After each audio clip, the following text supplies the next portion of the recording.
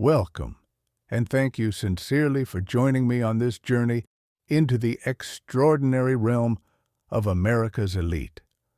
We're about to venture into a peculiar world where the smallest gesture holds tremendous power to destroy your standing, and selecting the wrong utensil could trigger what amounts to an international crisis of social proportions.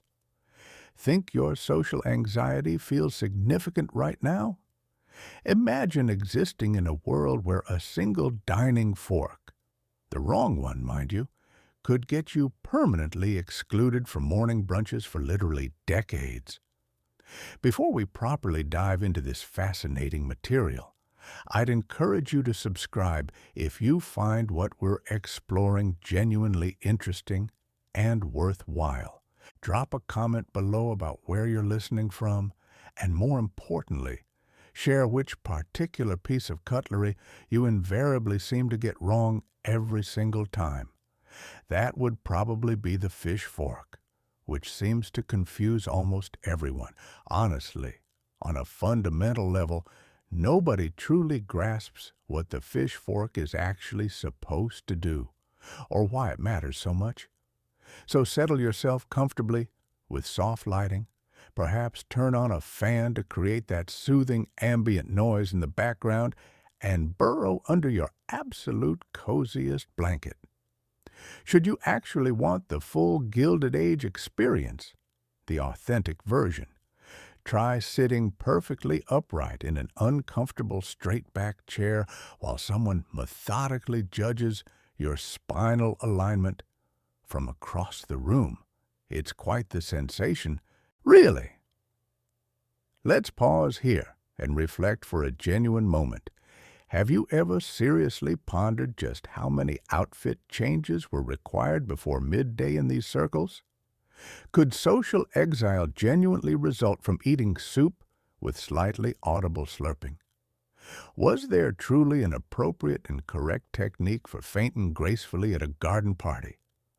How would you actually fare through 7 consecutive days of handshake evaluations, oyster fork navigation, and 3-hour conversations exclusively about weather? Why did these people fixate on calling cards with such intensity? What exactly would happen if a butler accidentally handed you the wrong hat? And perhaps most pressing of all, what was the actual protocol you'd follow after sneezing? Consider yourself officially awakened and transported. You've just materialized in 1895 Manhattan. You're recently wealthy. New money, as they'd say with undisguised disdain. Woefully underdressed in the eyes of society, and disturbingly unaware of the proper angle for performing a graceful curtsy. Best of luck navigating what comes next in this bewildering world. Breakfast wasn't meant to be relaxing, a fact you'd discover quickly if you'd grown up in a mansion. What looked like a simple morning meal was actually an elaborate performance, carefully choreographed and relentlessly scrutinized. Picture this. Your dining room is cavernous, resembling a museum wing more than a space for eating.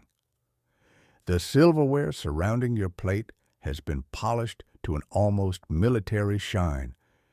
You mustn't appear tired, hungry, or even particularly alive, really. Your job is to calmly consume grapefruit juice while ignoring your stomach's desperate pleas for actual pancakes. The grandfather clock chimes 7.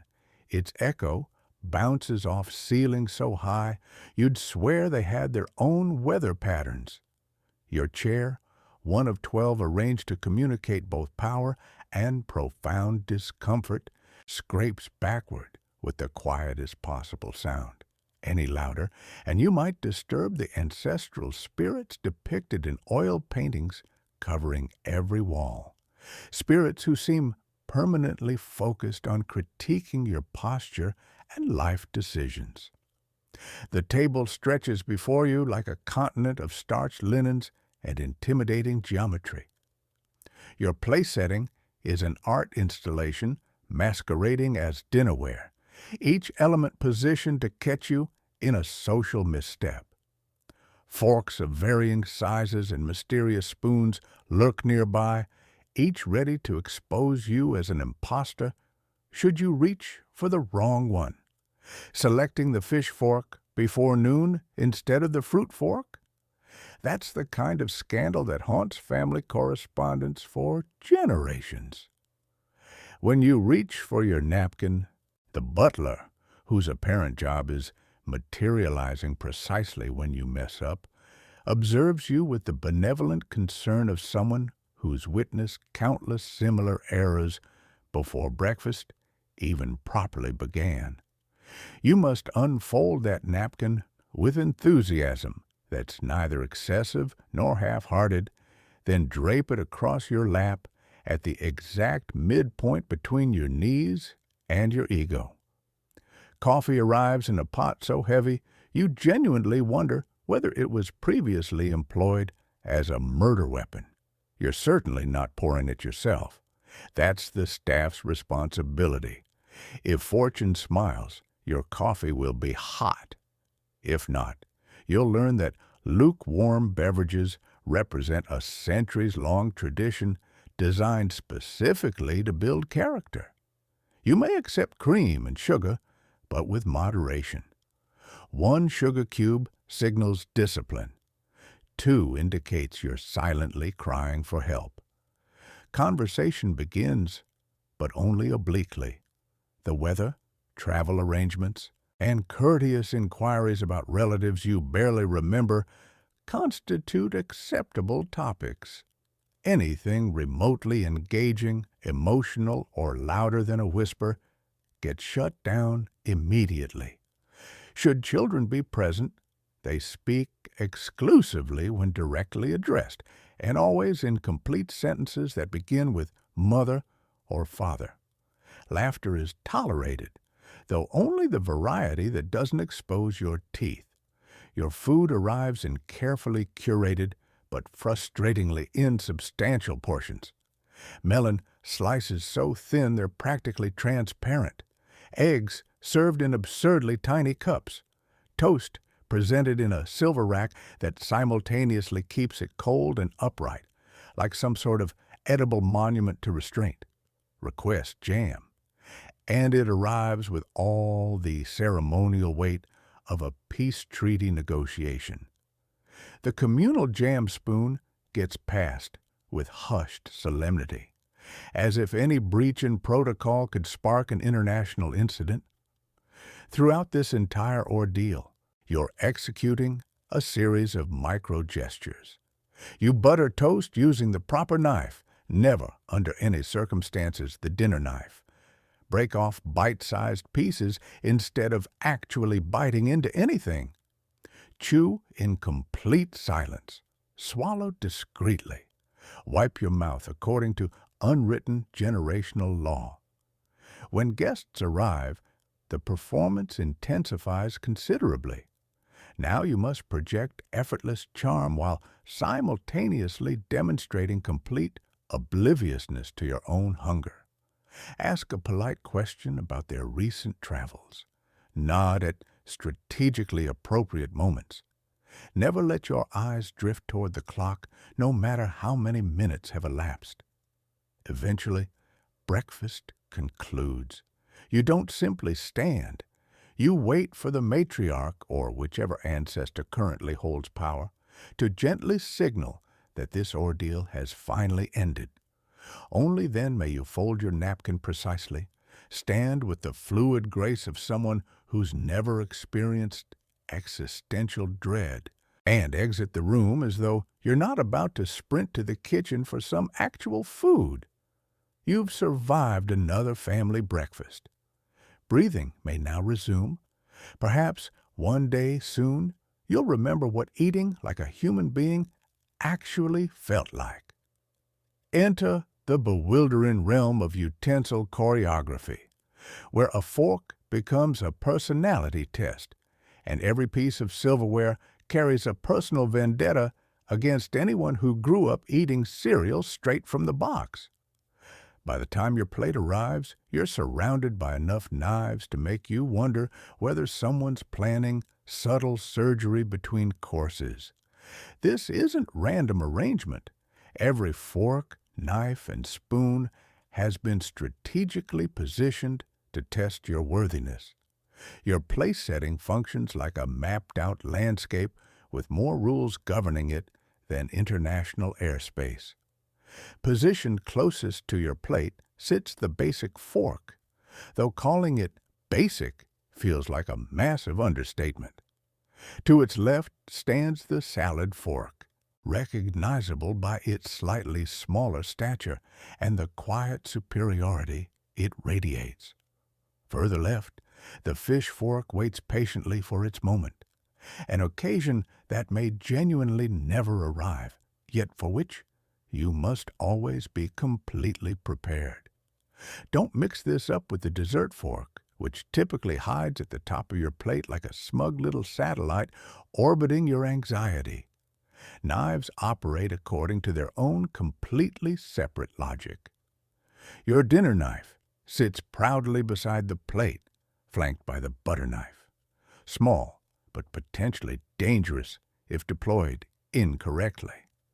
The fish knife features a blade shaped as though it's perpetually late for a dentist appointment. Even spoons aren't innocent participants. Soup spoons are round and deep, designed for sipping elegantly, while dessert spoons are slightly shallower, meant for coaxing mousse rather than demolishing stew. The teaspoon barely exists, serving primarily as a conversation prop. The real trick?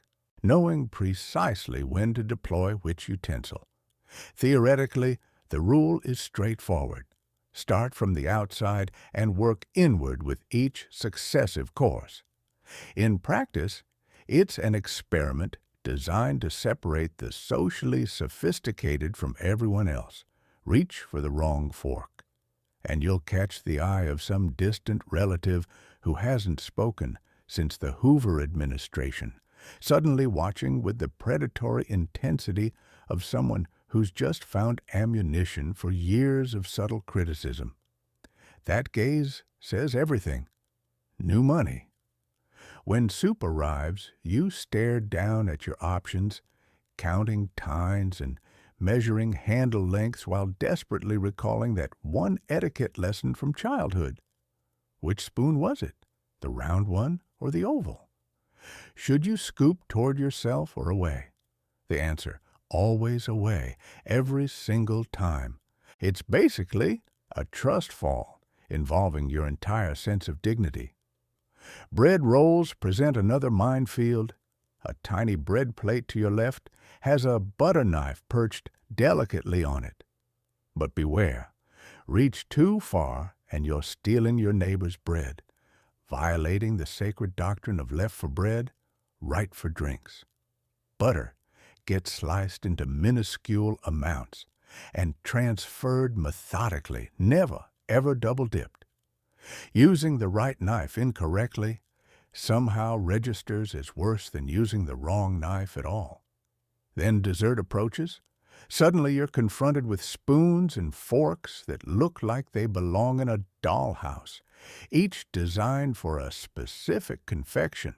It's essentially a secret handshake for people who understand sugar and privilege.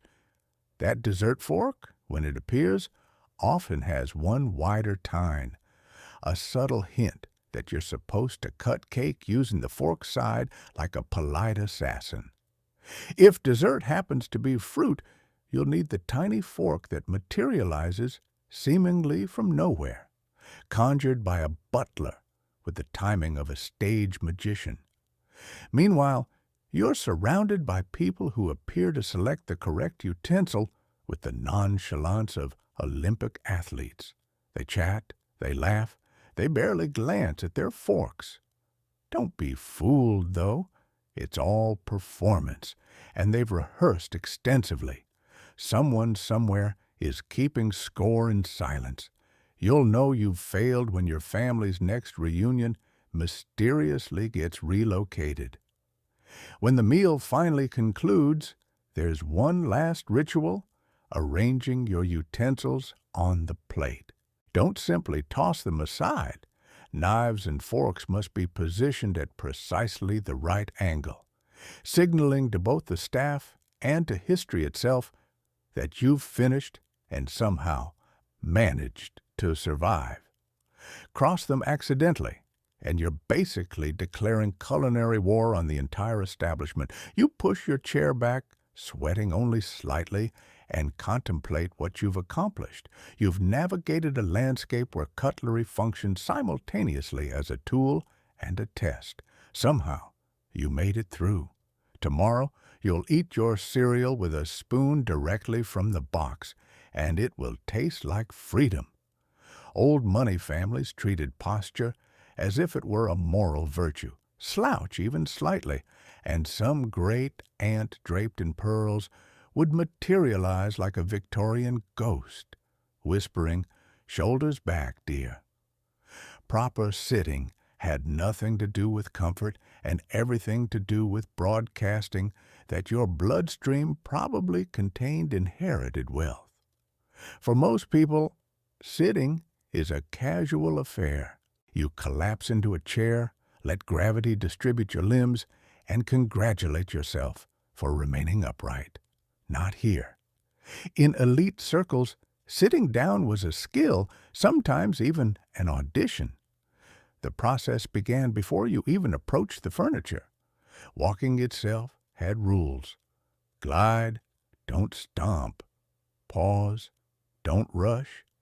If anyone older than you was nearby, you'd wait for them to settle before daring to approach any seating. Sitting too quickly registered as the social equivalent of wearing sweatpants to a wedding. Once seated, the real challenge began. You had to sit all the way back, shoulders aligned perfectly with the chair's frame, knees bent at exactly 90 degrees, ankles gently crossed. Slouching wasn't just lazy, it was considered subversive, an act of subtle rebellion against everything your family stood for. The dreaded mid-meal correction represented the worst possible outcome: a matriarch pausing the conversation to address your posture in front of an entire table of distant relatives, plus at least 2 small dogs wearing neckties. The furniture itself often conspired to enforce propriety. Chairs were typically high-backed, upholstered in fabrics predating electricity, and stiff enough to make your lower back contemplate a life of crime. Armrests were used sparingly, hands positioned gently in your lap or on the table's edge, never dangling like a peasant's. Your elbows represented an eternal battleground. Should they touch the table before dessert, a ripple of horror would pass through the room, followed by a cautionary story about some cousin who went bohemian and now lives in Paris. There existed an entire vocabulary of corrections, each more subtle than the last. A slight cough from the patriarch at the table's far end, a raised eyebrow from an aunt whose spine was straighter than a flagpole. The gentle yet chilling instruction, "Sit up, darling, the photographer is arriving soon." Your spine would snap upright so forcefully you'd hear your ancestors' collective sigh of approval. Children received early training in this crucial skill. Posture was a family value, right up there with fiscal responsibility and pretending to enjoy caviar. Young heirs learned to balance books on their heads, walk the length of the drawing room, then stand for excruciating minutes while someone wearing a brooch explained the difference between poise and looking like you'd lost the will to live. The reward for maintaining perfect posture? The faint hope of inheriting the good silver. To keep you perpetually on your toes, both literally and metaphorically, there were posture drills disguised as family games. After dinner, charades became elaborate exercises in not collapsing. Bridge nights doubled as shoulder checks. Even television watching, if permitted, was a back-straightening experience, often conducted on a sofa so unforgiving it might as well have been constructed from a pure Calvinist guilt. There was always that one cousin who rebelled, sliding down in their seat with arms splayed and knees apart, radiating middle-class energy and impending disgrace. They'd receive a look from the matriarch so powerful it could unpeel wallpaper, and they'd immediately snap back into the approved family silhouette. No one escaped this regime. Not even the family pets eventually learned to sit with dignity bordering on regal after years in this environment. But why all this fuss? Because in elite society, posture wasn't merely about bones and muscles. It represented legacy itself. Uprightness was proof of discipline, refinement, and the ability to endure discomfort for appearance's sake. A straight back meant straight morals, or at least a convincing imitation. You spent every meal as an unwilling participant in the world's quietest Pilates class, enduring tiny corrections and balancing teacups while pretending your spine wasn't aching for a beanbag chair. When the meal finally ended, you stood slowly, exited gracefully, and prepared to repeat this entire performance at luncheon. As you drift off to sleep tonight, remember, in these circles, your posture will be judged long after your opinions have faded entirely from memory. Sleep easy, shoulders back. Every large estate contained at least one room that nobody used but everyone respected intensely. Perhaps it was the good parlor, a space so pristine it radiated the energy of a hostage situation. Entering without permission meant feeling the weight of generations of ancestors, silently questioning why you couldn't respect basic boundaries. Walking through the mansion's echoing hallways, you'd pass rooms filled with grand pianos, oil portraits, and chairs upholstered in fabric that probably witnessed the Treaty of Versailles being signed. Every space served a specific function. The library for silent, dignified reading. The breakfast room for silent, undignified eating. The drawing room for silent, confusing small talk. But the forbidden room was different. It dominated as the household's apex predator, commanding awe and terror in equal measure. Typically, the forbidden room was the first thing you noticed upon entering the main floor, a shrine to unobtainable elegance, cordoned off from daily life by an unspoken contract. The door stood slightly ajar, teasing you with a sliver of floral carpet and the faint aroma of ancient potpourri. Sunlight filtered through lace curtains, illuminating a collection of crystal vases and tea sets so fragile they seemed to shudder if you breathed too forcefully nearby. You learned early on that the forbidden room existed for looking at, not for sitting in, walking through, or even breathing too enthusiastically around. Some families called it the parlor. Others used the term, quote, three. The rules remained absolutely consistent. Don't touch, don't enter, don't even make direct eye contact with the art. Every piece of furniture was encased in a protective plastic layer, armor specifically designed to withstand either apocalypse or a rogue toddler with sticky hands. The carpet was so plush your feet left no impression, as if it had been manufactured from the collective regrets of anyone who'd ever tracked in dirt. The forbidden room functioned as a monument to family pride, a museum exhibit of good taste, and a constant source of daily anxiety. Why did it exist at all? Nobody genuinely knew. Perhaps it waited in case royalty dropped by unexpectedly.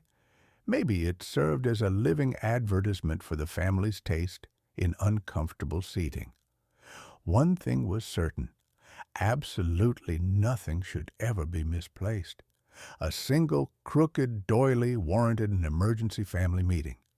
Then there were the objects: fragile porcelain figurines, glass paperweights, and a mysterious clock perpetually set to 3:17. No one remembered why, and changing it was considered genuinely risky behavior. A cabinet displayed commemorative plates from distant relatives' weddings, relatives you'd never actually met. The sofa could double as a medieval torture device. The throw pillows were arranged in formation designed by some distant cousin who'd studied decorative arts in Florence. The true terror was the invisible line at the entrance, that social force field. Cross it without an explicit invitation, and an alarm would sound, not a literal alarm, but something worse. The sharp gasp of a matriarch, or the silent glare of a butler who appeared from absolutely nowhere. Even family pets knew better. The family dog, otherwise a fearless beast, would freeze at the threshold and glance up as if to say, "Quote 4." Special occasions occasionally unlocked the forbidden room's mysteries. Thanksgiving, Christmas, and the occasional wake might warrant an audience with the good china. On these hallowed days, everyone tiptoed inside. Voices dropped to reverent whispers, and the air smelled faintly of lemon polish and palpable tension. Children received briefings beforehand as though they were attending a diplomatic summit. Hands in pockets. Shoes off, if possible. Eyes forward, always. Every family had legends about someone who'd broken the rules. A reckless cousin who'd sat on the forbidden sofa, a neighbor's child who'd spilled grape juice on the heirloom rug. These names were whispered like cautionary tales, and the punishments were discussed with a mixture of fear and respect. Some insisted they could still hear that person's ghost rearranging throw pillows for eternity. When gatherings ended, everyone filed out in reverse order, leaving the room untouched and undisturbed, ready to spend another year as a beautiful, expensive mirage. The door closed with a sigh, and life resumed in the mortal, washable corners of the house. So tonight, stroll through your own living room and take comfort in the freedom to sit wherever you like and drop your crumbs wherever they fall.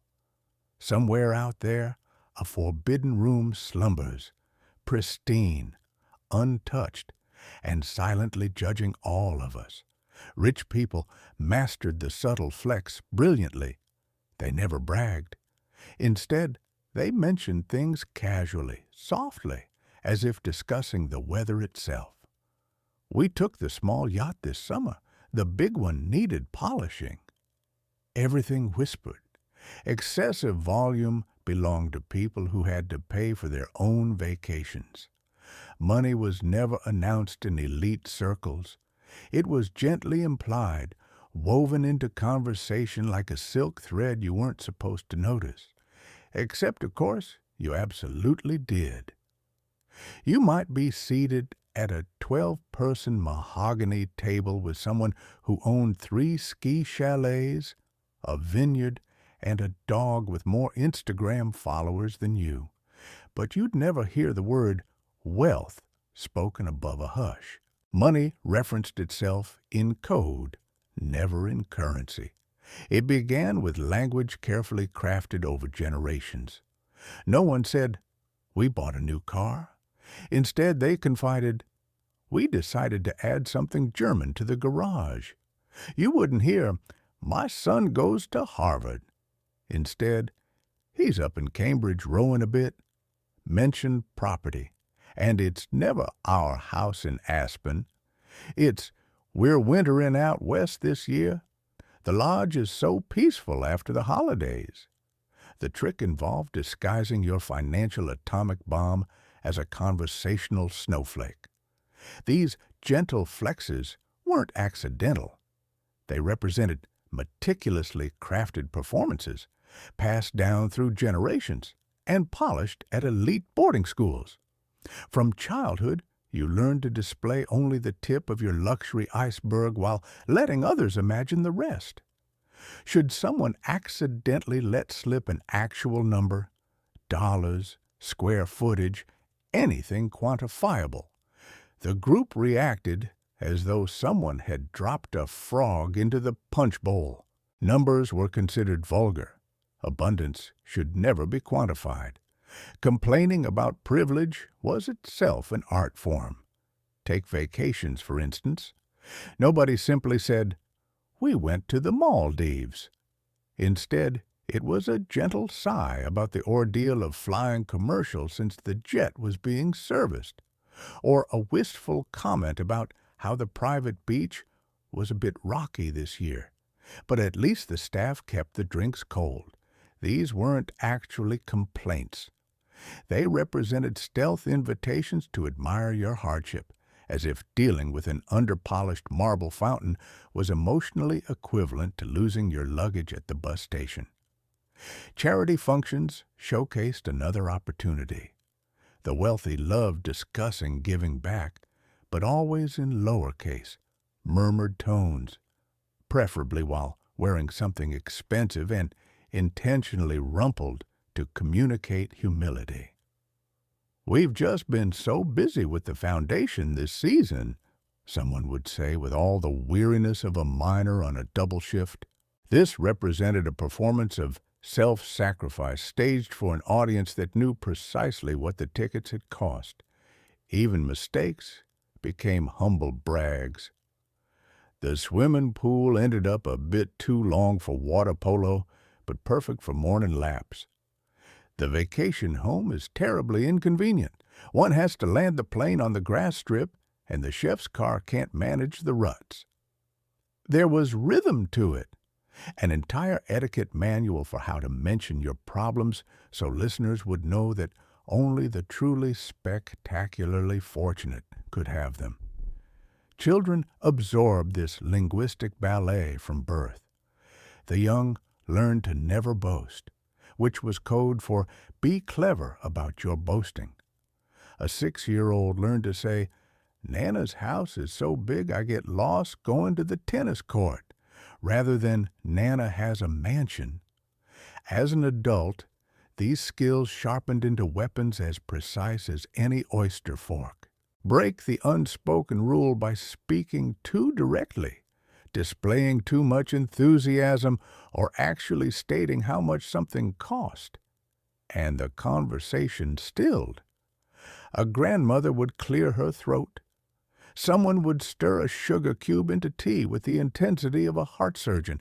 For a moment, you'd find yourself on the outside, staring in through the frosted glass of inherited etiquette. So next time you overhear the conversation about downsizing to just the one property or having to fly with the rest of the mortals, remember, the richer the person, the quieter the story. Wealth among the elite gets broadcast at a gentle whisper, just loud enough for everyone to hear. Clothing in elite circles wasn't about fashion. It was about social survival itself. Every outfit had to be appropriate for the activity, the time of day, the season, and the emotional weather of the closest matriarch. Wear the wrong shade of beige, and someone would arch an eyebrow with the force of a laser beam. Getting dressed wasn't a private affair.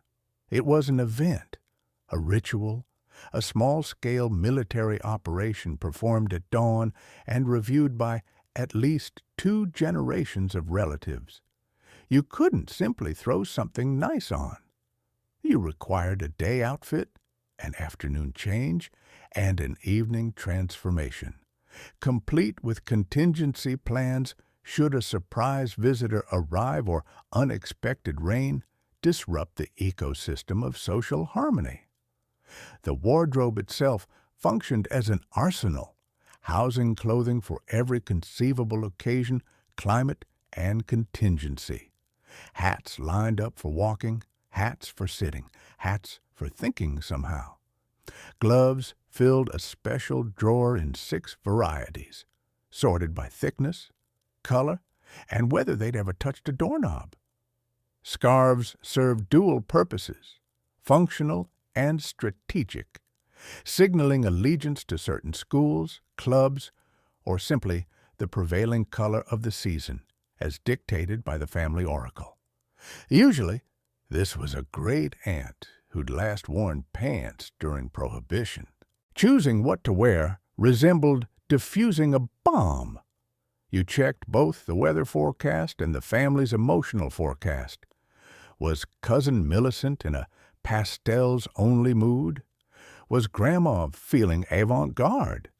Or had she declared, as she frequently did, that true ladies never wore yellow after Candlemas? Even the furniture in the foyer seemed to bristle if you paired winter tweed with spring cotton. Chairs upholstered in chintz eyed you suspiciously. The piano bench practically scoffed if your shoes didn't match your handbag. The real test came when you entered a room. A hush descended, heads turned, a quiet audit commenced. Someone would glance at your collar, your hem, your shoes, your jewelry, ranking you silently on an invisible scorecard of taste and class. A single fashion misstep, a visible zipper, a hat at the wrong tilt, hosiery one shade too dark, and you'd spend the entire day atoning for your sins with small talk and regret. Children learned the code early. No child appeared at breakfast in anything less than an iron shirt and shorts with a crease sharp enough to slice butter. There were dresses for lessons, uniforms for tennis, pajamas that looked better than most people's wedding attire. Before every outing there was a lineup. Mother inspecting hymns, grandmother checking for stains, the butler silently judging from the sidelines. Occasionally, rebels emerged, people who dared to wear linen out of season or arrived at a garden party in a color not approved by committee. These were the black sheep, the wild cards, the future exiles to slightly less impressive branches of the family tree. Their punishments were silent but severe. A sigh from a matriarch, a sideways glance from a patriarch, and a subtle but permanent demotion at family functions. You'd know you'd fallen from grace when your dinner seat migrated closer to the children's table. Accessories presented their own minefield. Jewelry had to be tasteful, inherited, and ideally carry a story involving a lost duchess or a dramatic escape from revolution. Shoes must always be polished. Even a scuffed heel could become tomorrow's scandal. Heaven forbid anyone forgot a handkerchief, embroidered naturally, never actually used for anything as crass as blowing one's nose. The pressure to maintain this sartorial perfection was relentless. At night, you'd undress with a sigh, slip on a monogrammed robe, and hang everything back in its rightful place, ready to repeat it all the next day. No one ever admitted how exhausting it was to live under the unblinking gaze of both ancestors and Ottomans. As you finally shed your layers and slip under the covers tonight, revel in your mismatched socks and old t-shirt. Somewhere, a brocade sofa is quietly judging you. But at least you are finally free. Having summer and winter homes wasn't about necessity. It was about ceremony, about maintaining ecosystems complete with staff, rules, and furniture that hadn't been comfortable since the Civil War. You glided between properties like a migrating bird with luggage monogrammed by God. In elite circles, the calendar was divided not by months but by migration patterns. Memorial Day didn't just signal summer's start.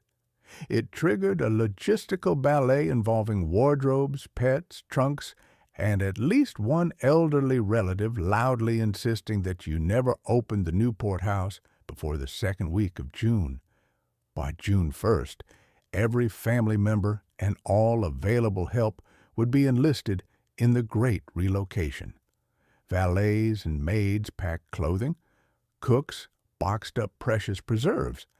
Someone was inevitably dispatched to retrieve last year's forgotten tennis racket from behind a set of unused encyclopedias. Arriving at the summer house was its own event.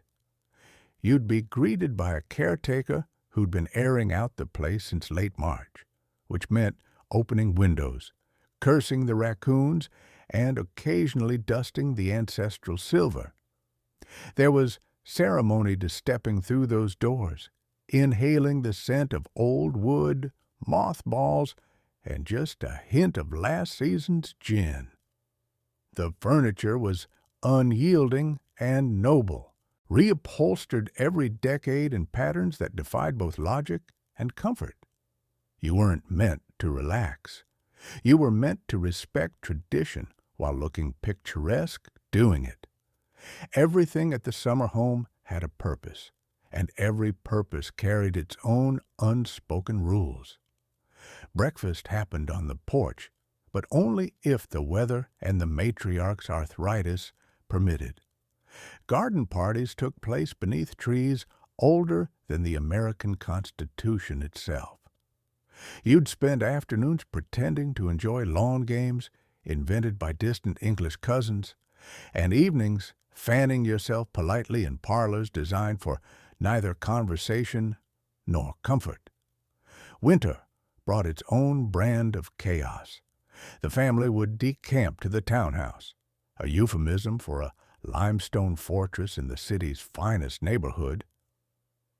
Here, the focus shifted to galas and dinners conducted in sitting rooms so formal you risked developing scoliosis just walking through them. The staff would reappear, remarkably unchanged from summer, but with different uniforms and stronger opinions on central heating. Everything was slightly colder, both in temperature and temperament. The fireplaces smoked. The drapes were heavy. You'd spend long evenings listening to stories about last year's blizzard and how your great-uncle once skated from the front door to the carriage house. There was a home for every season and a season for every home. Autumn meant opening the country place for hunting weekends and polite arguments about plaid. Spring brought the cottage, a misleading term for a property with its own zip code, where the gardens were judged more sternly than most political candidates. Moving between houses meant packing and repacking, losing track of heirlooms, discovering old love letters hidden behind guest room bookshelves. You'd inevitably arrive missing something essential, your favorite slippers, your dignity, or on one memorable occasion, the family patriarch, who spent an entire weekend napping undetected in the billiard room. For children, these migrations felt like magic, mixed with mild trauma. One moment, you're catching fireflies by a summer pond. The next, you're bundled in tartan, forced to greet a parade of relatives whose names all sound suspiciously like Aunt Agatha. Pets adapted by shedding on every available surface, establishing dominion across the eastern seaboard. One rule persisted regardless of house or season: never show discomfort. Complaints about drafty bedrooms, haunted attics, or furniture that squeaked in Morse code got dismissed with a wave. "It builds character," someone would say. You'd sit there shivering or sweating, surrounded by portraits of ancestors who'd made it through winters before insulation existed, and you'd pretend that switching houses every 3 months was not only reasonable, but the pinnacle of civilization. Tonight, as you nestle into your one singular, blessedly stationary home, think of the elite and their migratory rituals, forever chasing perfect weather, perfect upholstery, and the faint, fleeting sense of having arrived somewhere truly special. Emotion in elite families was considered dangerously close to being relatable. Joy was too loud, sadness too dramatic. Disappointment? Please take that to the conservatory. Every feeling had to be filtered through the gentle expression of someone politely requesting more iced tea. Emotions weren't just repressed. They were managed, redirected, and quietly refolded like yesterday's napkins. There was a certain dignity in never letting the outside world know you cared enough to feel anything at all. Happiness was permitted, but only in glancing, translucent doses, a soft smile after a particularly good bridge hand, a restrained "how lovely" upon hearing about a third grandchild. Anything more effusive risked being mistaken for enthusiasm, and enthusiasm belonged exclusively to people with student loans. Children learned early that laughter, tears, and loud sighs belonged in fiction, or at worst, the attic. Did you skin your knee during croquet? A discreet "it's nothing really" paired with a phrase about it being fine would suffice. Receive the wrong birthday present from a distant relative? The appropriate response was a grateful nod followed by a diplomatic "how thoughtful." If you felt truly overwhelmed, the powder room offered sanctuary for a few moments of facial rearrangement before returning to the drawing room with your composure reinstalled. Dinner table conversations were master classes in restraint. One mustn't exclaim, argue, or show too much interest in any subject. If you felt passionate about local politics, art, or the mystery of where the family dog disappeared every Tuesday, you channeled that energy into discussions about weather patterns. The only safe method of expressing disapproval was through a slight change in the angle of your teaspoon or a tiny strategic cough. This method was so refined that entire generations communicated their deepest feelings exclusively through utensil choreography and the frequency of their napkin adjustments. The family photograph represented perhaps the ultimate emotional test. Everyone lined up, alphabetically by height or birth order. Smiles were permitted, but never grins. Eyes could twinkle, but cheeks must remain at a neutral altitude. Someone's hand placed affectionately on a sibling's shoulder would get gently removed and repositioned at their side.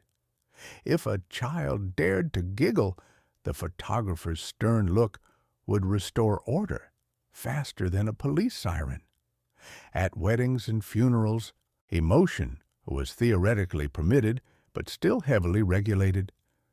Tears at a funeral were acceptable provided they were dignified and fell only on monogrammed handkerchiefs. Unrestrained weeping, that was for the help or people from other postal codes. At weddings, joy was demonstrated through subtle applause and quietly whispered toasts. Any displays of euphoria, shouts, dancing, visible happy tears risked being memorialized as a bit much in the family annals. The war on emotion extended to romance. Proposals were never flashy or overwrought. A simple, "Would you care to be my wife?" delivered at the end of a perfectly normal afternoon stroll was considered the pinnacle of passion. Love letters were composed with a focus on the weather, the roses in bloom, and one's general health, with strong feelings implied but never stated outright. Any phrase more heartfelt than "I remain, as ever, your devoted companion" was bordering on scandalous. What about anger? That was the most forbidden of all. Arguments were handled with icy politeness and a weaponized level of passive aggression. If someone truly lost their temper, it would be written into family history as an unfortunate episode, or, if they were lucky, a touch of nervous strain. Yet despite this relentless self-control, every household had tiny rebellions.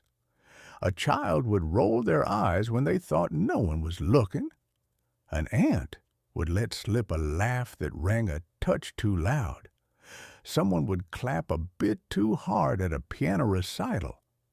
These little cracks in the dam let out just enough humanity to keep the whole operation from collapsing under the weight of its own composure.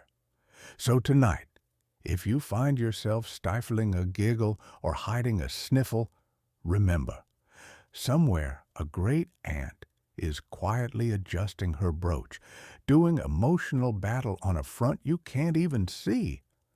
In this world, gratitude wasn't expressed with a smile. It was sent on stationery. If someone sneezed near you, congratulations. You now owed them a handwritten note on embossed cardstock. Every envelope smelled faintly of wealth, lavender, and emotional repression. The thank you note wasn't simply a polite gesture. It was a social requirement enforced with the intensity of a minor religious observance. Every family had a cupboard or drawer overflowing with thick monogrammed cards, pristine envelopes you'd hesitate to touch without gloves, and a collection of fountain pens rumored to have once belonged to obscure, well-mannered royalty. Children were initiated into this cult of correspondence before they could properly spell appreciate. As soon as they could hold a pen without poking themselves in the eye, they were set to work, scratching out thank yous for gifts, dinner parties, and the occasional smile from a passing neighbor. Writing these notes had nothing to do with conveying true emotion. It was about communicating in the dialect of upper-class etiquette, where sincerity was implied but never actually felt. The tone had to be formal, the penmanship impeccable, and the closing flourish just obsequious enough to reassure the recipient they remained at the proper level of the social pyramid. There were strict rules. Ink color, blue or black. Never red. What are you, a teacher? Margins, the appropriate length. Short notes seemed curt, long ones suspiciously enthusiastic. Perfection lived somewhere in between, like a tightrope walker over a pit of disappointed ancestors. Failure to send a thank you note, or heaven forbid to send one late, was considered a minor catastrophe. Mothers kept running lists. Grandmothers kept ledgers. The butler maintained a spreadsheet in his head of every outstanding debt of gratitude. Miss a deadline, and you could expect a phone call delivered in a tone of such disappointed politeness it would make your toes curl. Some families went so far as to assign designated thank you note days, usually rainy Sundays or the day after a major holiday, when the entire household would sit at a long table and write grim-faced until the last guest had been acknowledged and the last cheese platter properly memorialized. The most gifted writers in the family, often a spinster aunt or a retired diplomat, were revered for their skill at crafting notes that struck the perfect balance between gratitude and subtle self-congratulation. A well-written thank you note could open doors, mend fences, or secure the next coveted invitation. An awkwardly phrased one could doom you to social wilderness, or worse, earn you a spot at the children's table for the next 3 years. Thank you notes became currency traded between households like diplomatic communiques. A gift was never truly accepted until the corresponding note had arrived, delivered by post with all the solemnity of a royal decree. Some families saved them in ornate boxes organized by year and occasion, as if one day an anthropologist would arrive to study the evolution of gratitude in captivity. The cycle never ended. A note acknowledging a gift would in turn inspire a note thanking the recipient for their thoughtful response.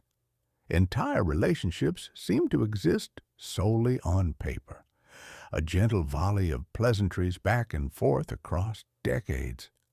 Somewhere in an attic, boxes of notes piled up like sediment. Each layer testified to a year's worth of birthdays, teas, and that one incident with the lemon tart that nobody was ever supposed to mention again. Tonight, drift off without the weight of a single outstanding thank you note. Savor your freedom. The stationery may be gathering dust, but at least you're off the hook. The ultimate test was accepting service while pretending you wished you didn't need it. A butler poured your tea. You had to nod solemnly as if burdened by your own privilege. Heaven forbid you looked comfortable. That would be tacky. In the rarefied air of America's elite, being served was as much a burden as a blessing. Or at least, that's what you were supposed to pretend. Service was everywhere, woven into the fabric of daily life so subtly it bordered on surreal. From dawn's first light, armies of staff swept through the house, polishing silver, fluffing pillows, and arranging the same vase of lilies according to preferences nobody had voiced since the Hoover administration. Your only job was to look faintly apologetic about the whole thing. Breakfast was a parade of quiet efficiency. A maid would appear with your preferred coffee, having committed your order, cream, 2 sugars, existential dread, to memory. Should you thank her? Yes, but only in the most understated tone, and never more than once per meal. Too much gratitude implied you weren't accustomed to this. Too little risked being reported to the family council. The procession of daily services continued relentlessly. Doors opened before you reached for the knob. Coats whisked away the moment your arms twitched. Fireplaces lit before the first hint of a shiver. If you ever found yourself thinking you could have done that yourself, you'd be correct. You'd never say it aloud, though. In these circles, insisting on self-sufficiency was almost as grave as using the wrong fork at dinner. At social gatherings, the choreography intensified dramatically. The butler's arrival with tea became a miniature performance. You watched the delicate arc of hot liquid filling your cup, trying not to let your eyes linger on the scone in case hunger looked unrefined. When the sugar bowl was presented, you'd hesitate for exactly the right amount of time, long enough to show humility, not so long as to suggest indecision. Accept a biscuit, but never the first one on the plate. Refuse a second helping unless cajoled. Above all, project the sense that you'd be just as content with a chipped mug and a quiet moment alone, despite the fact that both were strictly forbidden. There was an invisible code for interacting with staff. Names were to be remembered but never spoken too familiarly. You should know the difference between the underfootman and the third footman, but never draw attention to the fact. If someone new arrived, a temp, a cousin filling in for the summer, your job was to appear to barely notice, offering a polite nod that said both welcome and please do not address me unless the house is on fire. The greatest skill of all was concealing any joy or ease that service provided. Sink too comfortably into a freshly fluffed chair, and you'd catch the matriarch's eye, reminding you that no comfort is best displayed on a bed of mild discomfort. Compliment the butler's table setting, and you risked being asked to judge the silver polish, an ordeal for which no one is truly prepared. Ask a maid about her weekend, and you'd be quietly redirected to the weather or the houseplants or anything less controversial than the possibility that your staff had inner lives. When guests were present, the performance escalated into competitive sport. Whose water glass would be refilled first? Whose napkin would be folded into a more elaborate swan? Through it all, guests must look almost burdened by the luxury, grateful but never indulgent, demonstrating that true class meant being served while never appearing to savor it. As you survived another day of careful deference and faux discomfort, you learned the great paradox of privilege. Comfort must be worn like an old suit, well-tailored, barely acknowledged, and never mistaken for actual pleasure. Tonight, as you tuck yourself in, perhaps with your own two hands, know this: comfort you provide for yourself is the sweetest kind, and you're allowed to enjoy every second of it. Elite charity wasn't about helping others. It was about quietly proving your moral superiority while wearing diamonds the size of rosary beads. You'd sip champagne while discussing the plight of the less fortunate, all while standing under a chandelier that cost more than a starter home. Charity events in elite circles were a dazzling paradox, equal parts benevolence and ballet, with everyone moving in slow choreographed circles designed to showcase not just their goodwill, but their taste, wit, and ability to wear vintage couture without sweating. Invitations arrived weeks in advance, often hand-delivered on creamy stationery that felt heavier than some people's mortgages. The guest list was a who's who of everyone you'd ever felt slightly intimidated by, oil magnates to socialites with 3 last names. Preparation for these soirees was itself a competitive sport. Hair appointments booked months ahead, gowns pressed and laid out, tuxedos aired and inspected for signs of rebellion, a rogue thread, an outdated lapel. The pre-event conversations alone could last hours. Would Mrs. Forsyte's sapphires outshine the guest of honor's emeralds? Would the orchestra play too much Strauss again? Everyone in attendance knew the true agenda: do good, look better, and, if possible, secure a mention in the society pages. Once you arrived, the first hurdle was the silent check-in. You didn't simply walk in.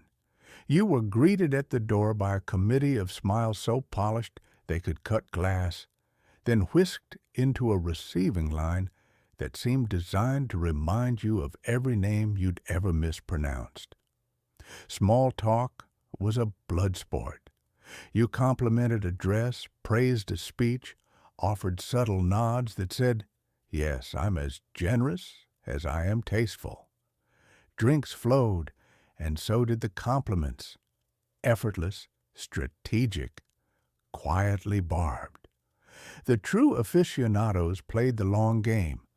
They donated enough to get their name in the glossy event program, but not so much as to seem desperate.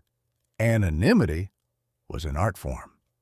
The phrase "anonymous benefactor" was code for "everyone knows, but let's pretend to be humble."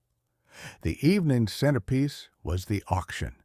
Competition escalated dramatically. Bids were made with a casual flick of a paddle or the raise of a well-manicured eyebrow, one-upmanship disguised as generosity. "I suppose I could use another painting for the solarium," someone would sigh moments before placing a bid large enough to fund a small opera company. Silent auctions were no less cutthroat. Monogrammed pens hovered above bid sheets, and it wasn't unheard of for a friendly elbow to nudge out a rival for that antique crystal decanter. But it wasn't only about what you gave, it was how you gave. The very best made it look effortless, as if parting with a substantial sum was no more significant than picking a new shade of wallpaper. Every gesture was calibrated. The hand on the checkbook, the smile at the philanthropist across the room, the sympathetic sigh at the mention of hardship abroad, all performed with the subtlety of a matinee idol. There was prestige in knowing you'd made a difference, especially if everyone else knew it too. For all its theater, charity events did some good, just never as much as the after-party gossip would claim. Money was raised, checks were written, speeches were applauded with the right amount of fervor. Then, as the evening wound down and the last glass of champagne was drained, guests filtered out under the chandelier, pausing to retrieve designer coats and sometimes a parting gift bag worth more than your monthly rent. The next day, photos appeared in society magazines. Faces glowed, jewels sparkled. Captions were heavy with praise for the generosity and spirit of our city's most distinguished citizens.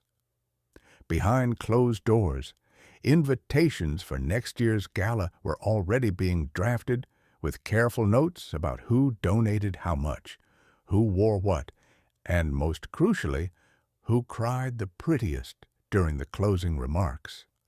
Walking into a room was a ritual you couldn't rush, hesitate over, or botch.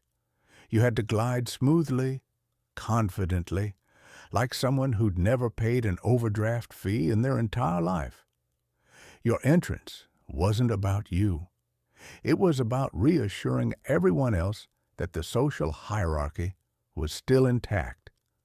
Before even touching the doorknob, you'd mentally rehearsed your posture, expression, and the gentle rhythm of your footsteps. This was no place for hesitation. To pause or linger in the hallway risked looking uncertain, a fate worse than mismatched cufflinks. You began by adjusting your clothing, smoothing imaginary wrinkles, checking your reflection in the nearest piece of antique silver, making sure your shoes didn't squeak. Then, with all the calm of a reigning monarch, you stepped through the door at exactly the right moment. Timing was everything. Too early and you seemed desperate. Too late and you were making an entrance which was only permitted if you were a matriarch or had donated a new wing to the hospital. Inside, you held your head high. Not too high, lest you look haughty, but never low enough to suggest self-doubt. Your eyes scanned the room just enough to acknowledge the power players, but not enough to appear as if you were searching for someone to sit with at lunch. The trick was to look as if every person in the room was both a dear friend and a distant subordinate. Unspoken rules governed body language. Shoulders relaxed, but never drooping. Hands at your sides unless holding a drink, in which case you cradled the glass as if it were a Fabergé egg. Confident elites never fidgeted. They seemed to float, propelled by generations of inherited grace and well-tailored clothing. If you caught someone's eye, you offered a nod. Subtle, dignified, the kind of greeting that said, "I see you, and I will remember you when I'm rewriting my will."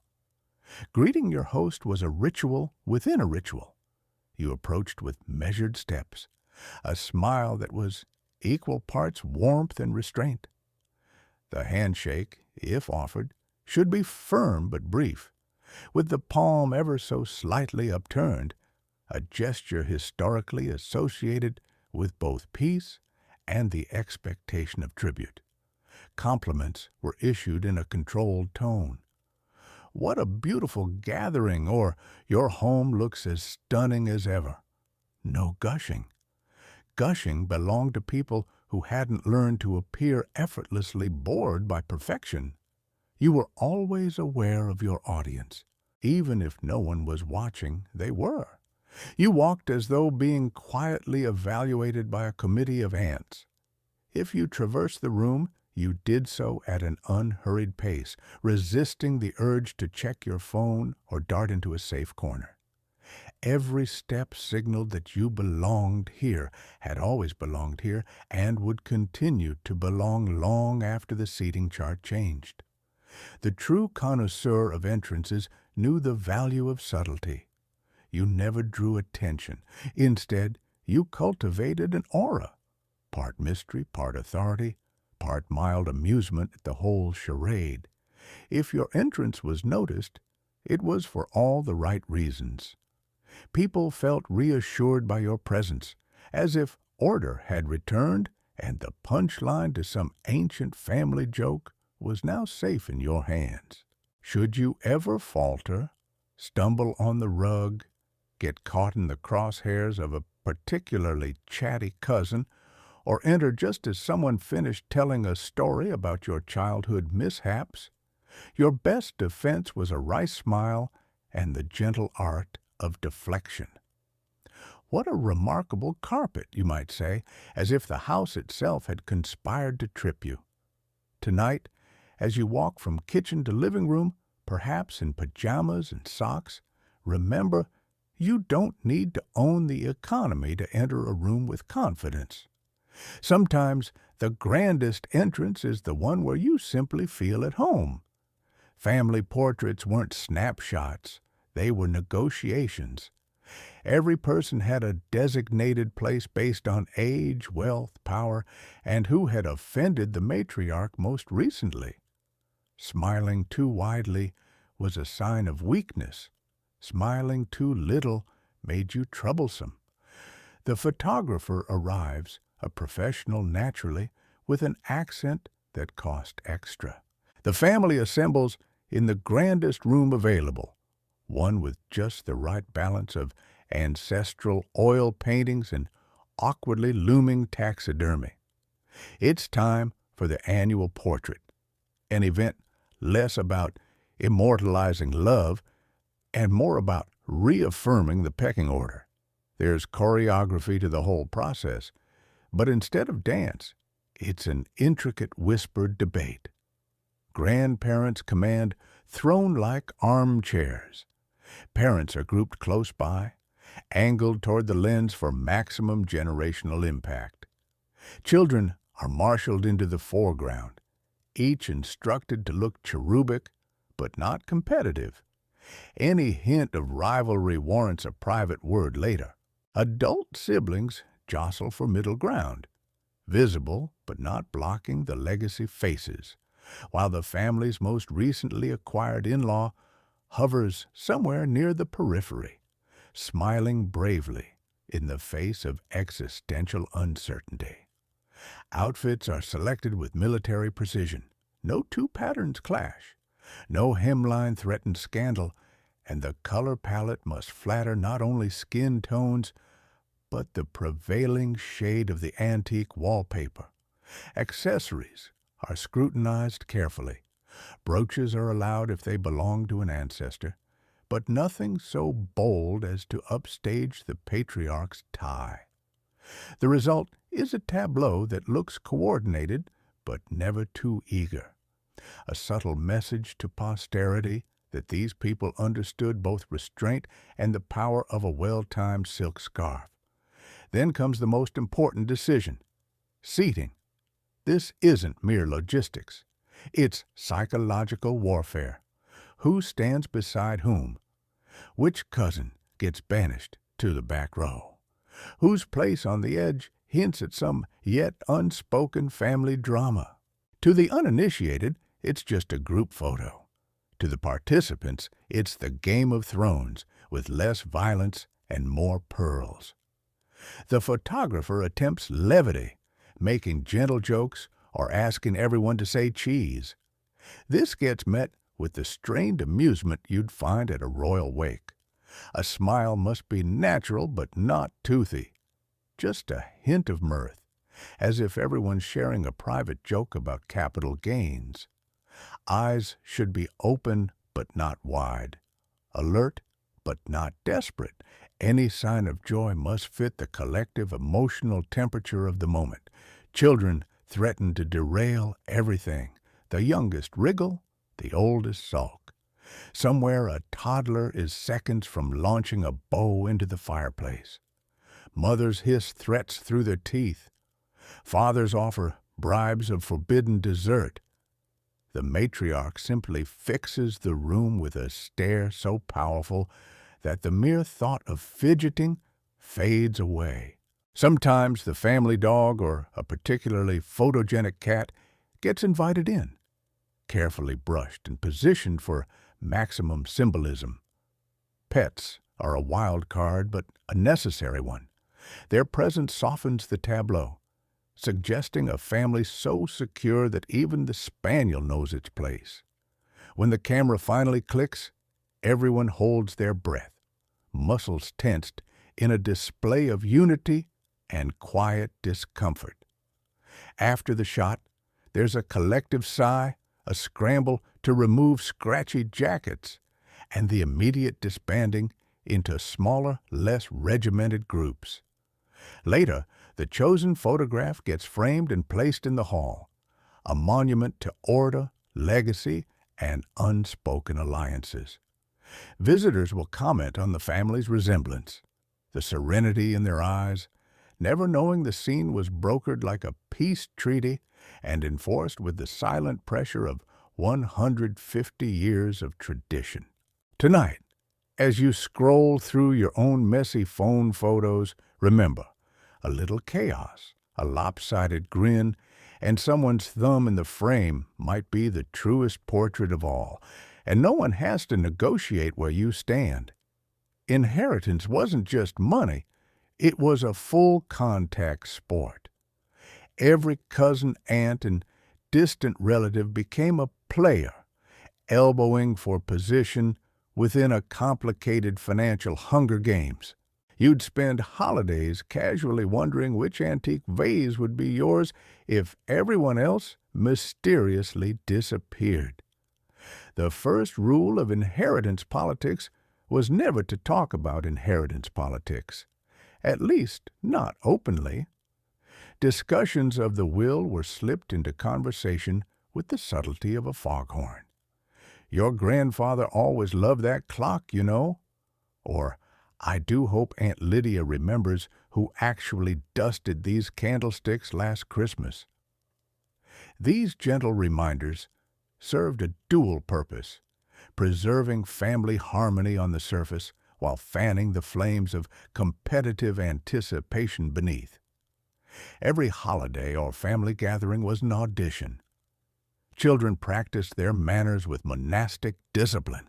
Adults offered unsolicited help in the garden, the library, or anywhere an aging benefactor might be lurking. That spontaneous display of filial piety was calculated. The artful compliment about a hideous oil painting was pure strategy. Nothing happened by accident when the next codicil was rumored to be in progress. Wills, when mentioned, were shrouded in mystery and myth. Somewhere in a bank vault, the current matriarch's last testament sat like a literary thriller. Its contents were the subject of feverish speculation, with entire family branches devising theories about who would inherit the summer house, the stocks, or the terrifyingly lifelike portrait of Great Uncle Horace. If you were lucky, you'd be left something tasteful, perhaps a diamond brooch or set of silverware. If unlucky, you'd inherit responsibilities such as managing the crumbling ancestral estate or paying the taxes on a stamp collection no one could locate. Siblings became competitors in this delicate game. Rivalries simmered for decades, hidden behind polite greetings and perfectly wrapped gifts. Every generous act was scrutinized for motive. Did Cousin George really help clean out the attic out of goodness, or was he searching for that rumored Fabergé egg? Did Aunt Beatrice invite the whole family to the seaside because she cherished togetherness, or because she wanted one last chance to influence the distribution of the good china. The matriarch or patriarch reigned supreme in this dynasty of deferred dreams. Their health became the family's favorite topic. Everyone wanted them to live forever, but not so long as to spend down the principal. When an heir apparent fell out of favor, perhaps by marrying someone from the wrong zip code or voicing a controversial opinion about the wallpaper, they were quietly demoted, their name penciled down the list, replaced by a more compliant or photogenic sibling. Occasionally, the reading of a will became an event staged with the drama of a season finale. The family gathered in a paneled study, nerves disguised as curiosity, as the lawyer cleared his throat and began. There were always surprises, fortunes left to cats, jewels donated to museums. Summer homes split into fractions so minuscule the only thing shared was resentment. Someone inevitably received a token of affection, which was code for "you're lucky to get anything." The best you could hope for was a slice of dignity and maybe a fondue set. Afterwards, alliances shifted. Old wounds were reopened. The true legacy of inheritance emerged. Stories of family feuds, disputed bequests, and the ancient scandal involving a missing tiara and a runaway governess. But somehow, life resumed. The next holiday arrived, the dining table filled, and the game began again, this time with fresh competitors and new antiques to covet. Tonight, as you look around your own home, maybe at a chipped mug or an inherited quilt, remember, real legacy isn't measured in vases or property lines. It's in the memories, the laughter, and the wild hope that one day you might inherit the only thing that truly matters, a family story worth telling. In America's elite circles, apologies were an elaborate dance crafted, delivered, and then immediately retracted with a gentle laugh and a fresh cup of tea. "I'm terribly sorry you were offended," became the go-to phrase, which was code for "I regret nothing, but here's a napkin with my initials on it." Sincerity was optional. Etiquette was everything. It all started with a social misstep. Perhaps a comment made a little too loudly at a garden party, or the accidental usurpation of a parking spot meant for someone with a surname ending in Roman numerals. In most circles, you'd simply say sorry and move on. But in the world of silk wallpaper and inherited brooches, apology was a fine art, a carefully scripted performance honed over generations and best delivered while sitting very straight on an uncomfortable settee. The first step in the elite apology was deflection. Acknowledging actual fault was reserved for the truly catastrophic, like stepping on the family dog or accidentally auctioning off the wrong wing of the house. Most apologies began with the classic non-apology. "I'm so sorry if there was any misunderstanding." This phrase was the Swiss Army knife of regret, adaptable to any occasion and guaranteed to absolve the apologizer of all wrongdoing. Tone was everything. An apology in these circles was offered in soothing, melodious notes.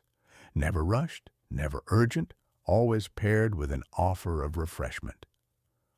"I hope you'll forgive me" was often accompanied by a delicate biscuit or a refill of tea, as though sugar could dissolve awkwardness. For more egregious offenses, a spilled glass of red wine on the Persian rug, for example, there was a slightly more serious iteration. "Please accept my deepest regrets for the unfortunate incident." Still, guilt was never truly admitted, merely observed like a distant ship passing in the night.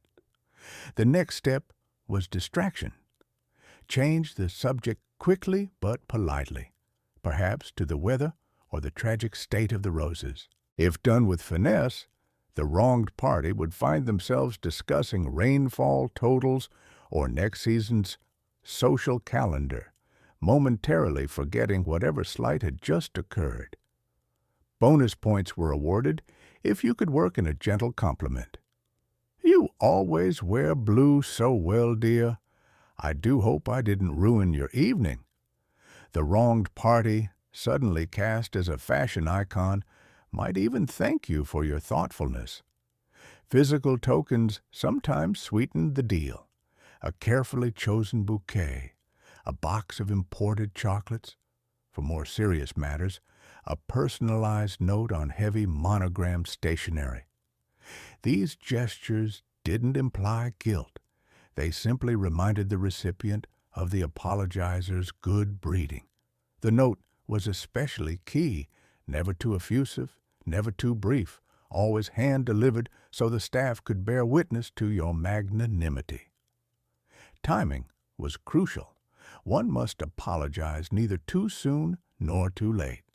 An immediate apology could suggest panic or worse, real remorse. An overly delayed one risked seeming dismissive. The ideal window was roughly the time it takes to prepare a second pot of tea, just long enough to seem considered, not so long as to appear calculated. Occasionally, if tensions lingered, a third party, usually a matriarch or a well-placed family friend, would step in to broker peace. This was done through a roundabout conversation over bridge or croquet, with gentle reminders that we all have our little foibles. By the end, everyone would have apologized for something, even if nobody quite remembered what it was. And so life in elite circles moved on. Misunderstandings smoothed over with etiquette and embroidered napkins, guilt gracefully sidestepped, relationships restored without anyone ever uttering the words, "I was wrong." Tonight, as you reflect on your own awkward moments, remember, sometimes the art of apology is less about saying sorry and more about never quite admitting you were the one at fault in the first place. And if all else fails, offer tea. It works wonders. The front lawn was never just grass. It was a silent resume, a green battlefield where status was measured in inches. Lawns were clipped with military precision, and flower beds were micromanaged by committees of professional gardeners, and at least one retired colonel with strong opinions about roses. Let one dandelion bloom, and the neighbors would whisper for weeks. Each spring signaled not just the return of robins, but the beginning of the lawn games. Overnight, the quiet lanes of the elite transformed into an arena where fortunes and reputations rose and fell with the health of hydrangeas and the symmetry of boxwoods. Homeowners who never so much as wielded a rake themselves issued detailed instructions to their legions of gardeners, referencing historical records and occasionally the writings of Capability Brown. Schedules were drawn up with the intensity of a military campaign. Monday for edging, Tuesday for aeration, or Wednesday for the ritual scattering of grass seed approved by both the local garden society and, allegedly, Queen Victoria herself. There were rules for mowing, always at a diagonal, never straight up and down.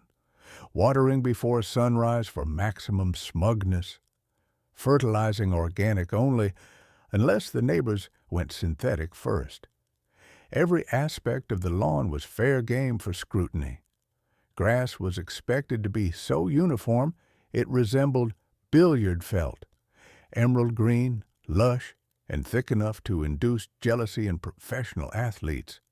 Heaven help you if your lawn suffered the ignominy of brown patches or worse, a clump of crabgrass. Such offenses led to late-night conferences at garden gates and subtle pitying glances over the topiaries.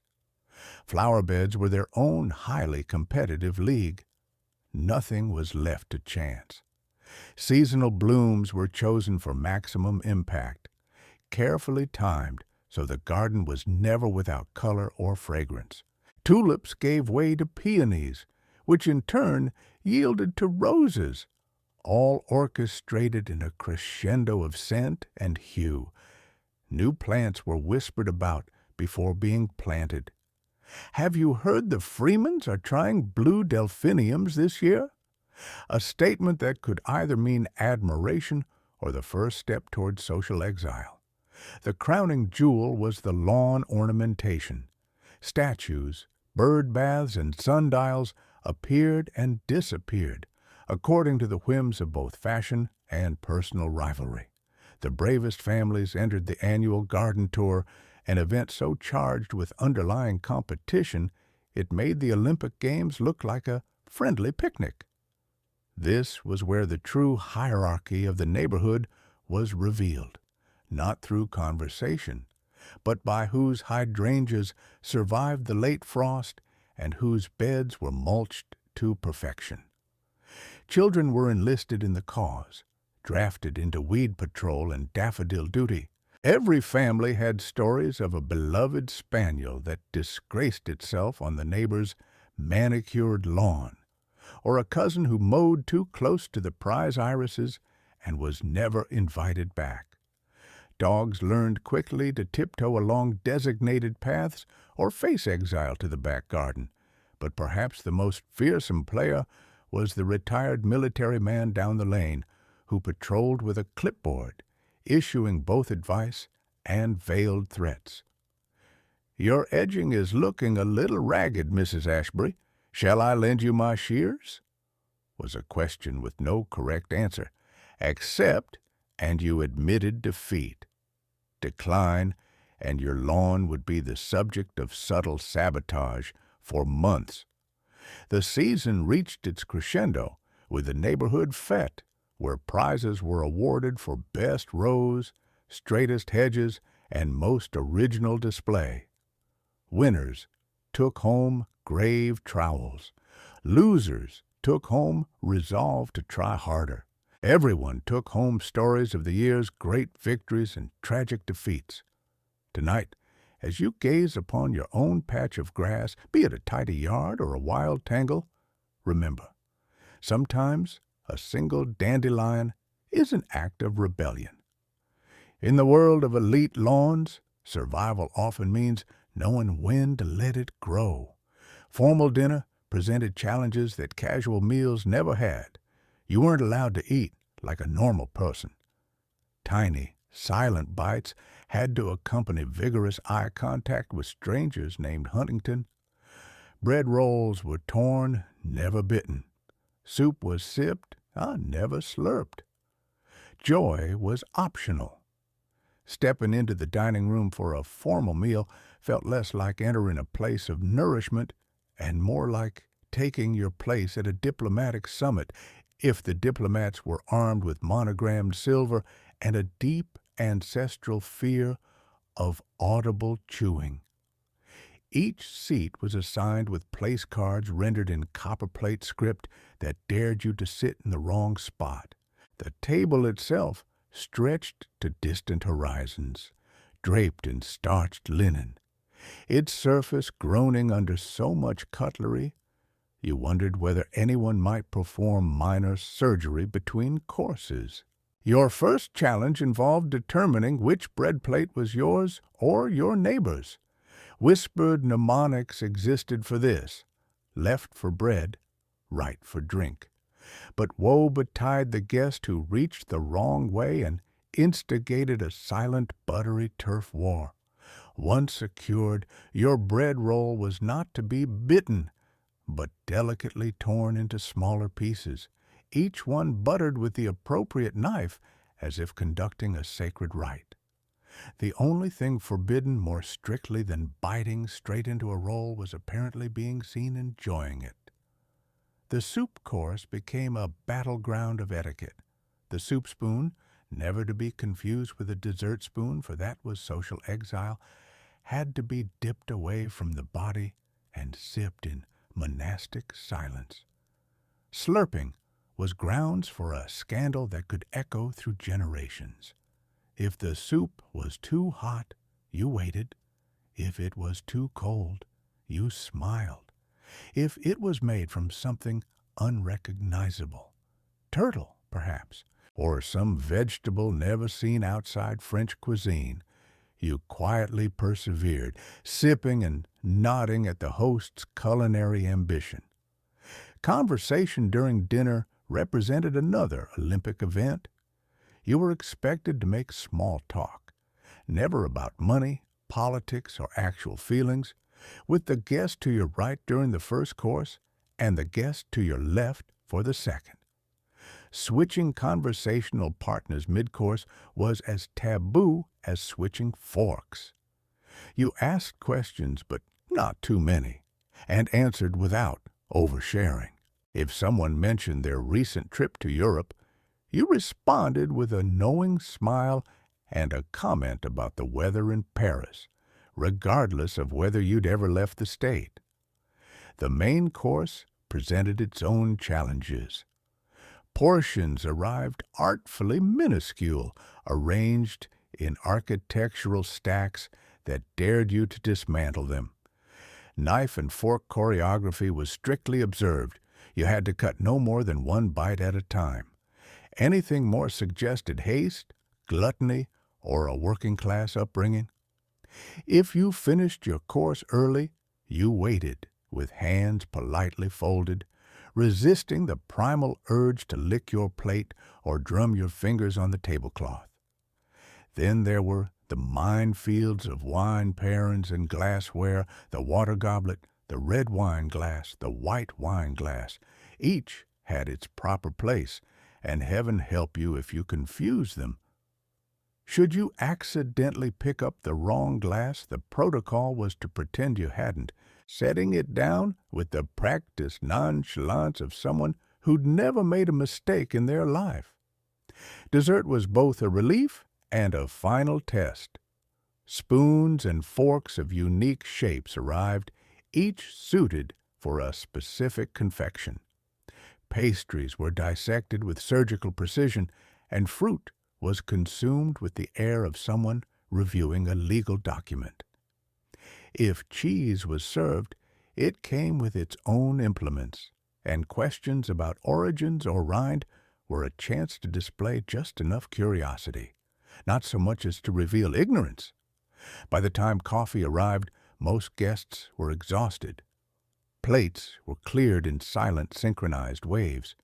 As you pushed back from the table, you realized you had survived not just a meal, but a test of endurance, subtlety, and jaw control. Dogs in elite households weren't pets. They were aristocrats with fur. They ate better than most humans, slept on embroidered cushions, and understood more about generational wealth than you did. From the moment you entered a grand estate, it became clear the dog wasn't just part of the family. It was practically the head of a minor branch of the family tree. You'd see them first, reclining in the front hall, their collars a tapestry of stitched monograms and possibly the odd gemstone. These dogs didn't fetch. They summoned. They didn't bark. They issued polite, slightly disappointed coughs, the kind you'd expect from a headmaster at a private school. Feeding time was an event unto itself. The family chef prepared custom meals, the sort of delicate fare most humans would have to reserve months ahead to taste.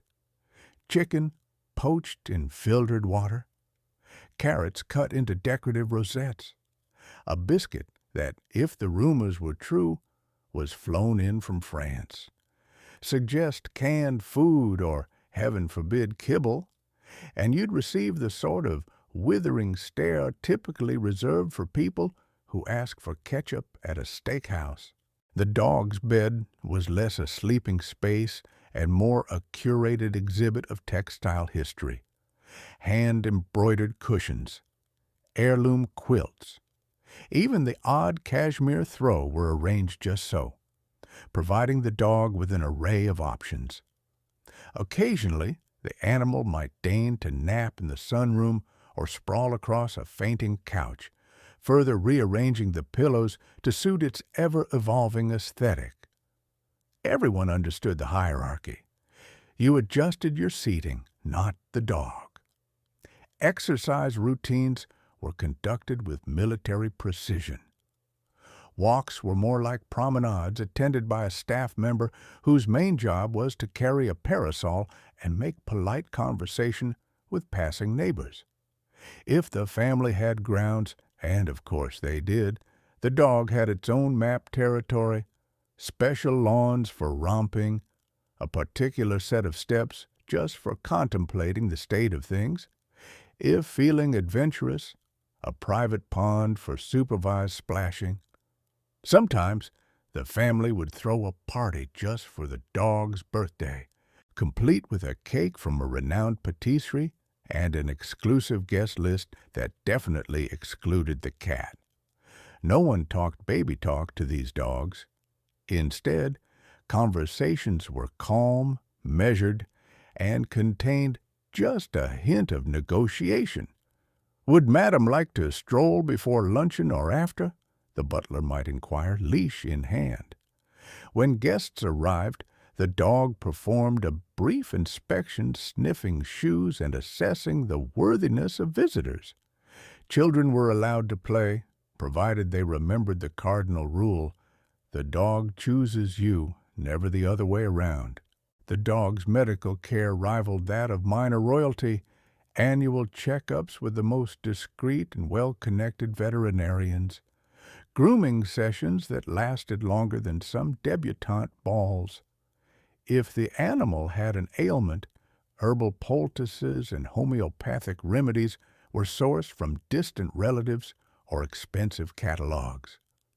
The family scrapbook held entire pages dedicated to generations of canine companions, their lineage more meticulously tracked than most European prinklings. Sometimes dogs even figured in the family will, portraits immortalized in oil paint, wearing little jackets, seated regally on ancestral armchairs, staring into the middle distance as if pondering property taxes. There were stories of fortunes left to beloved pups, with distant relations forced to care for a schnauzer or risk losing access to a trust fund. If you think that's far-fetched, you haven't spent enough time around people who believe a Labrador can have a favorite stockbroker. At the end of the day, the dog retired to its favorite nook, perhaps with a velvet rope draped casually across the entrance, a sign to everyone: do not disturb, napping in progress. The family would tiptoe past, lowering their voices lest they interrupt an afternoon of dignified snoring. Nothing was safe from initials in wealthy circles. Towels monogrammed, slippers monogrammed, the family toothbrush holder probably monogrammed. Identity wasn't something you carried. It was something you stamped onto fabric until it lost the will to resist. Beginning in the linen closet, that hallowed vault of the upper crust, you'd find shelves stacked with towels so plush they could double as duvets, each embroidered with elaborate intertwined letters. A silent code that these hands have never touched a bargain bin. Every family member had their own set: master towels for the parents, hand towels for the children, guest towels for the lucky few deemed worthy of wiping their hands on luxury. Occasionally, a house guest, unsure which set was theirs, would stand paralyzed, afraid to touch anything, lest they accidentally dry off with a towel intended for a minor viscount. The monogramming extended far beyond towels. Bed linens, napkins, pillowcases, all bore the family cipher. Even the picnic blankets for the garden had their own set of initials, just in case someone attempted a surreptitious swap at the croquet match. Slippers and robes were stitched with such precision that even if you lost your way in a sprawling country house, you could follow the trail of initials back to your bedroom like a particularly tasteful breadcrumb trail. Wardrobes were another battlefield. Handkerchiefs, socks, and scarves all displayed the mark of ownership, subtle but unmistakable. The logic seemed to be, if it can be dropped, loaned, or stolen, it should bear the family brand. Even pets weren't exempt. Collars, leads, and, rumor had it, miniature monogrammed raincoats ensured that if the spaniel wandered onto the neighbor's estate, everyone would know exactly whose privilege it was flaunting. But monogramming wasn't just about possession, it was about heritage.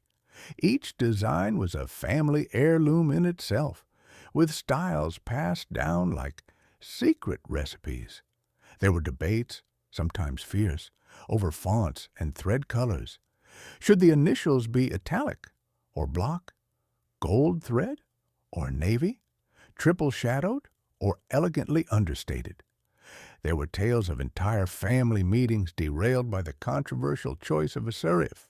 Special occasions prompted monogramming sprees. The birth of a child warranted a flurry of customized bibs, bonnets, and blankets, lest the infant develop an identity crisis before their first solid food.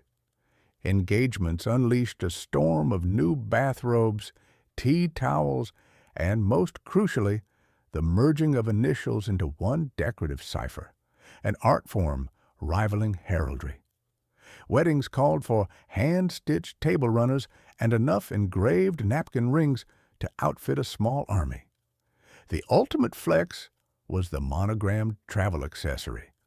Luggage emblazoned with curling gold letters made its own statement at the train station or pier. Yes, that trunk is ours. Yes, it requires 2 porters. No, it does not contain anything as vulgar as mass-produced soap. Even the smallest items bore the mark. Playing cards, tennis racket covers, cigar cases. Should an object pass out of the family's hands, it would always carry a tiny piece of its history with it. This obsession extended to the home's fixtures, door knockers, letterboxes, even the family silver, all monogrammed. Dinner parties featured place cards hand-lettered with individual crests.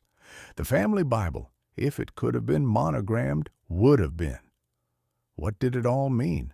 On one level, it was simple. Nothing says, "we belong," quite like a towel embroidered with the same script your great-grandfather used to sign checks. But on a deeper level, monogramming was a declaration that you, your ancestors, and your linens were all part of a story that deserved to be told, initial by initial, generation by generation.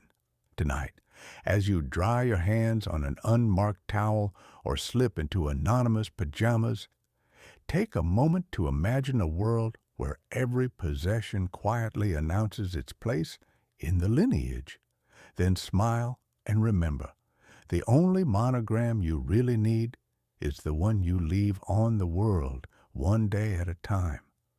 Being wealthy meant attending a school where children learned etiquette, Latin, and the art of quietly judging others. Dorms were chilly, halls were drafty, and everyone pretended to enjoy fencing. To outsiders, boarding school might have sounded like a perpetual adventure. Endless sleepovers, midnight feasts, and the forging of lifelong friendships beneath creaky rafters and ancient portraits.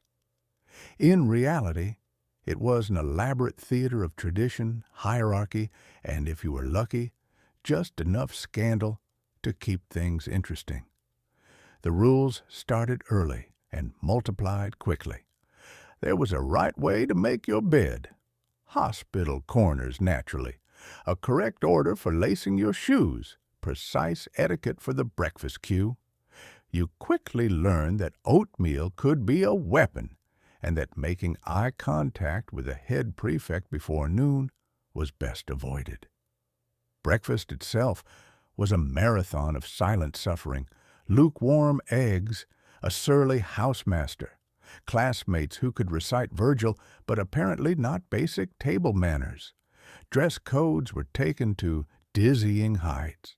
Uniforms weren't merely required, they were policed with the zeal of a small dictatorship. Socks must match, ties must be properly knotted. Heaven help anyone caught with a rogue earring or worse, a skirt more than half an inch above regulation. School blazers were so stiff they could stand without a wearer, carrying a scent of mothballs and suppressed dreams. Even on casual days, the underlying expectation was that casual meant ready for a state visit. Academics, too, were shrouded in a sense of historical weight. Latin wasn't optional. French was for those who wanted to travel. Greek was for those who wanted to feel superior. Mathematics involved equations that would never appear in real life, but were apparently vital to character development. And then there was fencing, ostensibly a sport, but really a highly structured way to let out centuries of family tension with swords too blunt to do real damage. The hierarchy among students was rigid and transparent. Prefects, head boys and girls, and form monitors patrolled the halls, armed with clipboards and an uncanny ability to detect whispered gossip from 3 floors away. First years learned to blend into the background. Second years aspired to become monitors. The upper forms held court at the back of the library, dispensing cryptic advice and occasionally contraband sweets. Rituals abounded everywhere. Chapel every morning, hymn books included, enthusiasm optional, roll call at ungodly hours. The endless cycle of intramural competitions, debate, rowing, chess, and the ever-popular see who can look the most bored during visiting weekend. The prize? A silver cup and a grudging nod from the headmaster. The buildings themselves seemed designed to keep you humble. Dormitories were always a few degrees too cold. Windows rattled in every breeze. The plumbing delivered water with all the enthusiasm of a scolded butler. Showers required planning. Towels, always monogrammed naturally, never dried properly. The echo of footsteps in the hall after curfew was both comforting and terrifying, as was the distant creak of a matron on patrol. Perhaps the main lesson wasn't academic, athletic, or even disciplinary. It was social. Students learned to navigate shifting alliances, decode the ever-changing landscape of acceptability, and most importantly, mask their vulnerabilities beneath layers of polite indifference. Friendships were forged in fire drills and lost in the fog of rumor. Everyone had a nickname, and stories of pranks, both real and apocryphal, grew in the telling until even the headmaster began to seem like a character in a Gothic novel. Yet for all the posturing and protocol, boarding school offered moments of genuine connection.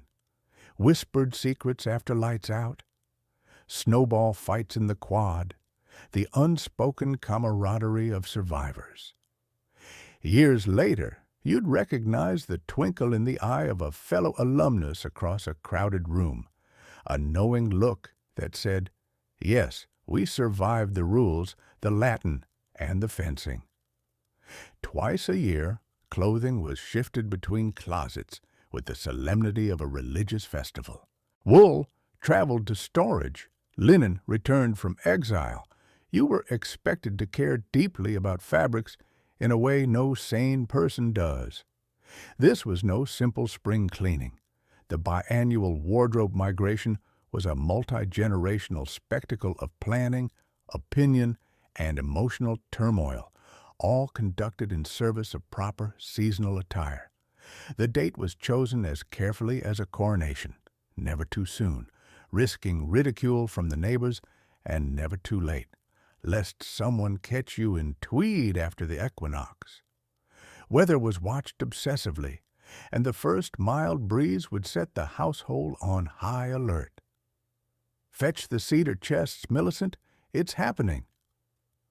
Preparation began in the attics and cellars, where trunks the size of small submarines were unearthed. Inside, mothballs jostled with the ghosts of last year's parties. Gloves, scarves, and hats, each nestled in its own tissue paper cocoon, were appraised like family jewels. Children were conscripted into service, given the sacred task of carrying piles of sweaters up and down stairs. Their reward? The privilege of being told they were doing it wrong. Each garment was subject to a level of scrutiny normally reserved for works of art. Wool was examined for mysterious holes. Blame was assigned, often retroactively, to long-deceased moths. Cashmere was caressed with the same reverence one might show a holy relic. Linen, on the other hand, was approached with a mixture of delight and terror. Delight at the thought of summer's freedom, terror at the prospect of ironing. The iron itself, a cast-iron monster inherited from an era before ergonomic handles, stood ready for hours of battle. The Great Migration was overseen by a committee of elders, and unofficially every piece of furniture in the hallway. Chairs were pressed into duty as temporary display racks. Beds vanished beneath mountains of color-coded garments. Dogs and small children disappeared, only to re-emerge later swaddled in scarves and trailing ribbons. The process was more than logistical. It was deeply emotional. Out came the summer dresses and straw hats, carrying memories of garden parties, near sunburns, and awkward picnics with distant cousins. Into storage went the heavy coats and woolen socks, along with tales of snowball fights, holiday dinners, and the year Aunt Augusta fell on the ice and blamed her shoes for being too new. Each folded button brought a wave of nostalgia, quickly replaced by a flurry of debate over whether capes were back in fashion or if this was finally the year to donate that paisley waistcoat. Of course, there were rules.